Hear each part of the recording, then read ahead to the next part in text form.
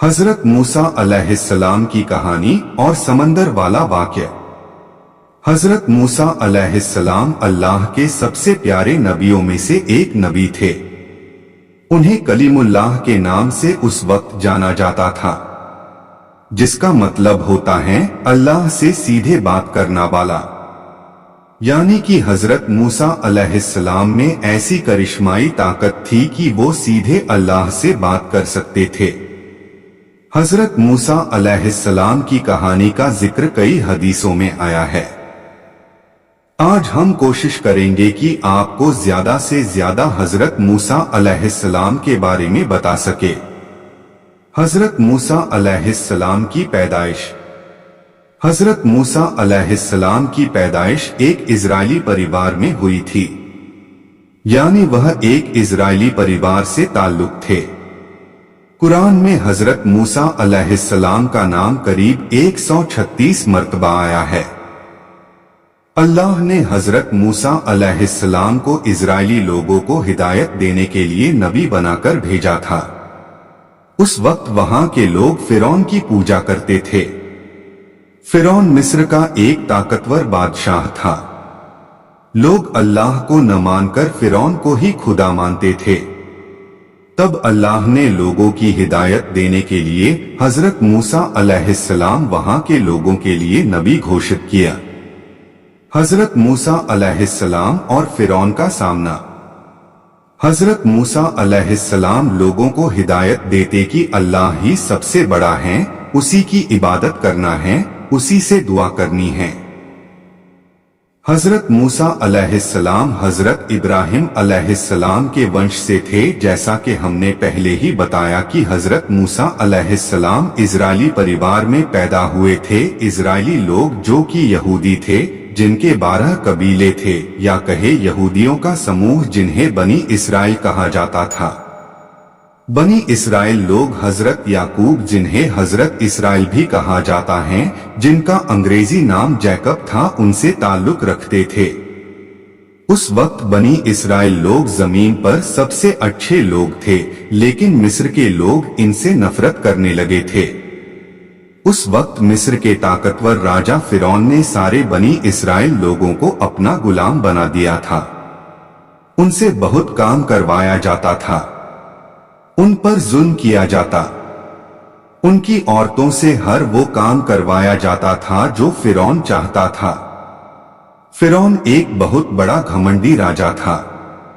वह अपने आप को खुदा मानता था और इजरायली लोगों पर बहुत जुल्म करता था। जब हजरत मूसा अलैहिस्सलाम पैदा हुए, उस वक्त भी फिरौन का मिस्र का राजा था। हजरत मूसा अलैहिस्सलाम के पैदा होने के बाद की कहानी। हजरत मूसा अलैहिस्सलाम के दुनिया में आने से पहले फिरौन को किसी ने खबर दी थी बनी इसराइल लोगों में से एक लड़का जल्द ही पैदा होगा। उसके पैदा होते ही फिरौन का सारा साम्राज्य खत्म हो जाएगा। ये बात सुनकर फिरौन घबरा गया और उसने अपनी सेना को आदेश दिया कि हर बनी इसराइल के घरों की तलाशी करो और जहां बच्चा दिख रहा है उसे मार दो।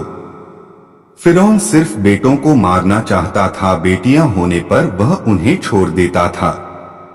फिरौन का आदेश मिलते ही सिपाही बनी इसराइल के घरों की तलाशी में निकल गए और एक एक करके उनके बच्चों का कत्ल करना शुरू कर दिया। जब हजरत मूसा अलैहिस्सलाम की मां को इस बात की खबर लगी, तब वह भी डर गई। तब अल्लाह से एक पैगाम उनको आया कि तू इसे एक टोकरी में रखकर नील नदी में छोड़ दे, इस बच्चे को कुछ नहीं होगा। अल्लाह के हुक्म के मुताबिक उन्होंने आप यानी हजरत मूसा अलैहिस्सलाम को एक टोकरी में घर के पीछे नील नदी में रख दिया। नदी में रखते ही टोकरी भी बहने लगी। टोकरी नदी में बहकर फिरौन के महल तक जा पहुंची। टोकरी को देखते ही फिरौन के सिपाहियों ने हजरत मूसा अलैहिस्सलाम को टोकरी से निकाला और फिरौन के पास ले गए। महल पहुंचते ही फिरौन की बीवी ने आप यानी हजरत मूसा अलैहिस्सलाम को पहचान लिया और कहा कि ये बनी इसराइल के घर का ही बेटा है, जिससे हमें खतरा है। फिरौन आपको उसी वक्त मारना चाहता था, लेकिन फिरौन की बीवी ने कहा कि इसे मारो मत, इसके जिंदा रहने से हमारी आंखों को ठंडक मिलती रहेगी कि हमारा दुश्मन हमारे सामने ही है और हमारी कैद में है।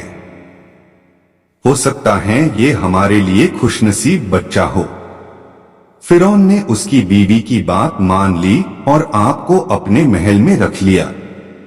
जब आपको भूख लगी थी तब फिरौन ने उसके यहाँ काम करने वाली औरतों को बुलाया और कहा कि इस बच्चे को दूध पिलाओ, ये भूखा है और रो रहा है।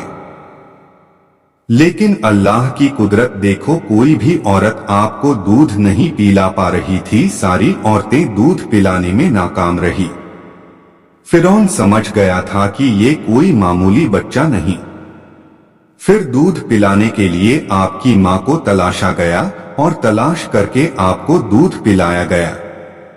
एक हदीस के मुताबिक आप यानी हजरत मूसा अलैहिस्सलाम फिरौन के महल में ही बड़े हुए। यहाँ तक ही 18 साल के जवान भी उसी महल में हुए। आपने ने हजरत शोएब की बेटी सफुरा से शादी भी की।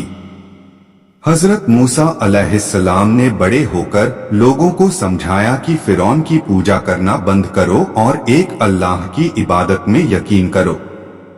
एक हद तक लोग उनकी बात मान भी गए थे। उसी दौरान मिस्र में भयंकर अकाल पड़ा था। लोग कई बीमारियों से मुब्तला हो गए थे। सारे लोग हजरत मूसा अलैहिस्सलाम के पास पहुंचे और कहा कि हम आपके कहने पर चलेंगे, और वादा किया कि वह एक अल्लाह की ही इबादत करेंगे।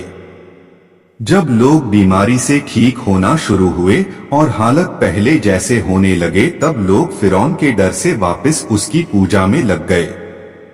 उसी दौरान फिरौन के जुल्म से लोगों को निजात दिलवाने के लिए हजरत मूसा अलैहिस्सलाम ने फिरौन को चेतावनी दी की और कहा कि वह लोगों पर जुल्म करना छोड़ दे और लोगों को गुलामी से आजाद कर दे। लेकिन घमंडी फिरौन को इस बात का कोई असर नहीं हुआ। हजरत मूसा अलैहिस्सलाम का समंदर वाला किस्सा। हजरत मूसा अलैहिस्सलाम ने बनी इस्राएल लोगों को इकट्ठा किया और फिलिस्तीन के लिए रवाना हो गए, क्योंकि वो सभी इजरायली लोगों को फिरौन के जुल्म से निजात दिलवाना चाहते थे। जब फिरौन को आपके फिलिस्तीन जाने का पता चला, तब वह एक विशाल सेना के साथ आपका पीछा करना लगा।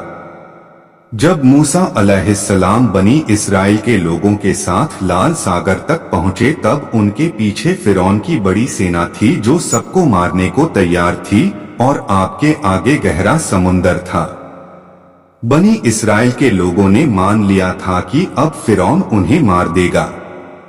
इतने में हजरत मूसा अलैहिस्सलाम ने अपनी छड़ी से समुद्र के पानी पर मारा, तभी आपके सामने समंदर में एक सूखा रास्ता बन गया और समंदर का पानी अलग अलग हो गया और बीच में सूखा रास्ता बन गया। हजरत मूसा अलैहिस्सलाम और बनी इस्राएल के लोगों ने रास्ता पार कर लिया। फिरौन भी उसी रास्ते पर अपनी सेना को लेकर आगे बढ़ने लगा। तभी अचानक से रास्ता बंद हो गया और फिरौन और उसकी सेना समंदर में डूबकर मर गई।